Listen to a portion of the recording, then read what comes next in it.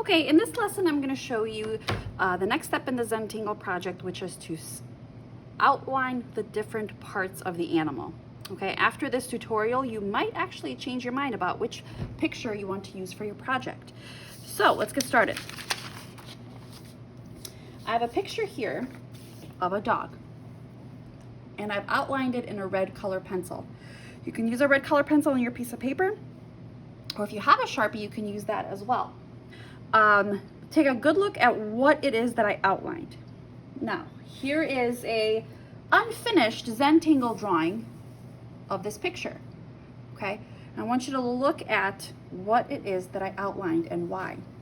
So one of the things that you might notice is more obvious things like the eyes, the nose, the general shape of the head, things like that. And some other details that are a little bit more difficult to point out are things like these shapes within the ear, these shapes here in the white part of the forehead, okay? And if you look closely, what I'm looking for is not just the obvious details of the animal, but also areas where there's a value change. For example, this large spot compared to the white of the dog. Same thing with the spot on the eye. And then also areas where there's like a change in direction. For example, the cheek sticks out more than this part of the snout. So I split up the shape of the cheek with this shape. Same thing on this side. The cheek sticks out more than this part, so I made them into two separate shapes. Basically, you're kind of outlining your animal as if you were going to draw a cartoon of that animal, okay? And with that, you also have to close the shapes because you're gonna put patterns inside of them. Okay, so instead of just drawing a line for the eyebrow, I had to make sure I had a closed in shape so that on my final, I can put a pattern inside of that shape. Okay, so this is one example. I'm going to show you several examples, and then I'm going to show you how to do one from the beginning so that you have a better understanding of how to do this. So this one is done with color pencil. I have some that are done in Sharpie. For example, this lizard is outlined in Sharpie. And again, some of the areas are obvious, like the eye, the general outline, and then some areas that were more challenging. Notice how this animal has like the same texture skin all over, and it doesn't have a lot of change in value. Like every part of this animal looks like it's the same shade of gray. But what helped me figure out where to put the outlines are the wrinkles, and then also the areas of the animal that stick out. For example, the brow bone, this part right here, the little bit like of this neck sticks out. I would also probably outline this part of the body right here. This sort of looks like an elbow, so I would give that a line. I'm going to draw in the branch, and then on my final, I can add a pattern into the branch. And I can see these shadows and crevices of the animal, and I'm going to use this as a guide to draw in the rest of my shapes. Okay, and then a little bit of like the forearm, and I'm going to split up the claw here like that. Okay, the reason I like using Sharpie, if you have one, is that when you flip it over, you can check your work. So if you flip it over, the Sharpie will bleed through. This is a thinner Sharpie, that's a thicker Sharpie, and if you look closely, it should look like your animal. Okay, so if you have a Sharpie, I recommend using that. You can always start with pencil if you're not really confident that you will do it right the first time around. But when you flip it over, it should look like your animal still, okay? You can still tell pretty clearly where the lines are with this red. The reason I'm making you do these outlines to begin with is that when you start your final, you are going to treat this like an upside down drawing. You are going to follow these lines and draw them one at a time, just like you would an upside down drawing. It actually makes this project a lot easier than if we were to do this freehand without any of these outlines. Okay, so let me show you another example.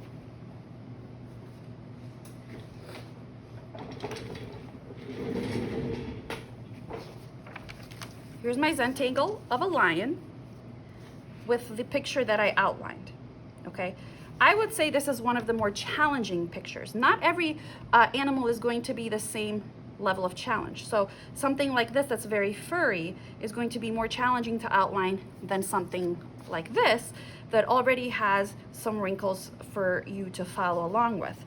Or something like this that again has a lot of very distinct lines that you can follow when you're outlining your animal, okay? This is the original picture of the lion. And at first glance, it's really difficult to figure out where to even start. I mean, I guess I would start with the nose and the mouth. And I remember you have to make it a shape. Notice how I'm making it a wide shape, not just a line, because I have to put a pattern inside of these shapes. And then after that, it's a little bit confusing. It's pretty hard to tell where to outline because everything is very, very soft and furry and there's no distinct outlines, okay? So you have to be creative and kind of think about what this animal would look like as a cartoon. So I would say this area sticks out a little bit more than the cheek, and then this is sort of flat, which is how I came up with these outlines here, even though the entire face is pretty much the same shade of gray. All right, this is a pretty challenging picture. And the mane of my lion, I figured out how to do the outlines by starting off with where the shadows are, where these breaks in the hair are, in the fur, okay? And I use those as a guide, and then I just made sure I went back and closed them up into distinct shapes. After that, when I started my final, I'm able to put patterns inside of them, okay? So you're looking to basically outline your animal to look like a cartoon, so that when we do our final, you have these lines you can follow as an upside down drawing and plop in your patterns, okay? Let me show you an example of what not to do. I see this very, very often. Something like this, where I get students that are outlining their animal and some shapes make sense like this, but then I'll have just a line here and a line here and a line for the nose. And then that's it. They'll just stop like this. Well, where am I going to put the patterns if I leave it like this? There's nowhere for me to begin or end a pattern. It's all wide open, okay? So again, the idea is you have to close your shapes. So if I'm going to use the shadow as a guide, I have to come back around and close it so that I can put a pattern inside of it in my project, okay? The last thing I want to mention is try to think ahead of what patterns you might want to use. For example, this owl. These shapes were not in the original picture. I outlined the entire wing as one large shape, but I was thinking ahead and I knew that I would include a pattern that resembled feathers to give it variety. Same thing for the head. This is one very large shape, but I knew that I would add a very complex pattern that resembles feathers, okay? You can do that as well, as long as you're thinking ahead.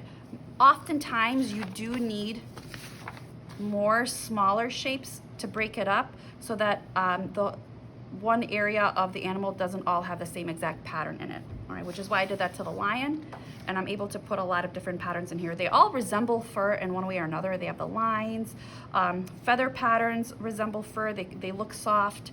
So there's a lot of different patterns that I was able to put in here for the mane. Let's do one together. I have a few different examples that we can work on together. Again, something like this is going to be easier than something like this. It looks kind of deceptive. I found that many students think the panda is actually easier because there's less detail. It's not. All of this light space here, you're gonna have to make up. You're gonna have to figure out where to put the lines because there are no wrinkles and no shadows to guide you.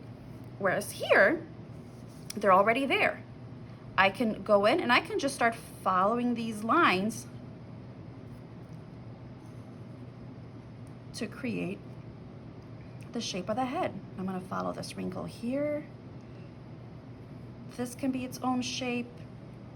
And the little horn. There's a shadow right here by the eye. I can follow that.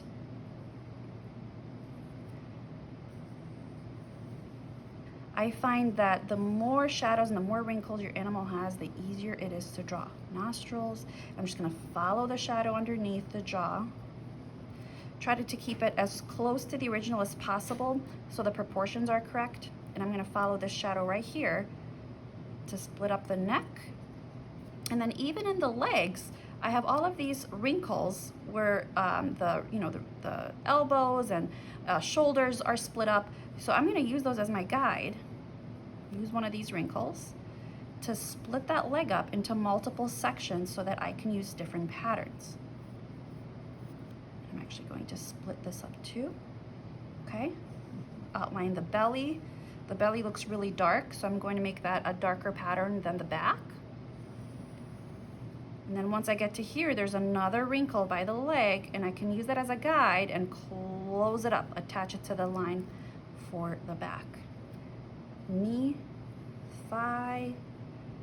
So this dinosaur is actually one of the easier pictures to choose. Okay, and then of course the tail. And the tail is pretty big, so I think I can actually do multiple shapes for that. So if I flip it over, it should look like I didn't finish the one leg, but you can see how it has the basic shapes of the dinosaur. You can tell what it is. It has multiple different shapes that I can put patterns into. This panda is pretty challenging. The areas that most students know to do, the nose and the details in the eye, the eyelids, and then the giant spot. And then after that, you might be stumped. It's hard to figure out what to do next. Well, you do have the mouth, but you can't just stop here, right? You need other shapes within the face, otherwise it'll just look really flat. Okay, so now you have to kind of get creative and figure out what you can do to split it up. I see there's a shadow here underneath the jaw, so I might split that up. And I might just have to make some stuff up. Maybe I split up the forehead a little bit. Maybe I split up the snout. Maybe split up the cheeks. Okay, might look different from one student to the other. But I find this to be more challenging because there's no guide here. I completely made that up. And unfortunately, sometimes that can look unnatural, okay? And here's the arm. Again, make sure you close the shape. So these are two different patterns. And the shoulder, okay? Let's see what I've got. I did this one pretty quickly. Make sure you're being careful to stay very close to the original outlines. But you can see how this would look like a panda. Some of these lines that I made up, you might have to change a little bit if you were to do this for yourself. Some animals that I think are sort of challenging